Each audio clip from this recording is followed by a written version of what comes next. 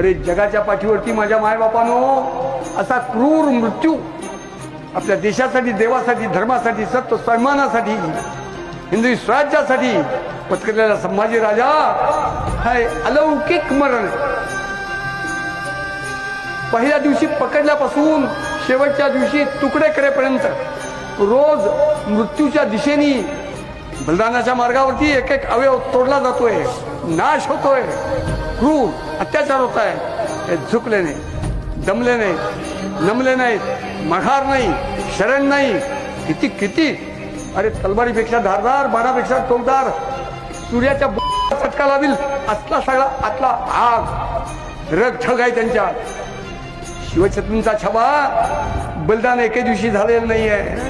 पकडल्या क्षणापासून शेवटच्या दिवसापर्यंत 30 दिवस बलिदानाच्या मृत्यूच्या मार्गावरती बलिदान करत चाललाय. एक दिवशी त्यांची श्रद्धांजली, बलिदान जर 30 दिवस तर त्यांना श्रद्धांजली 30 दिवस राहिली पाहिजे.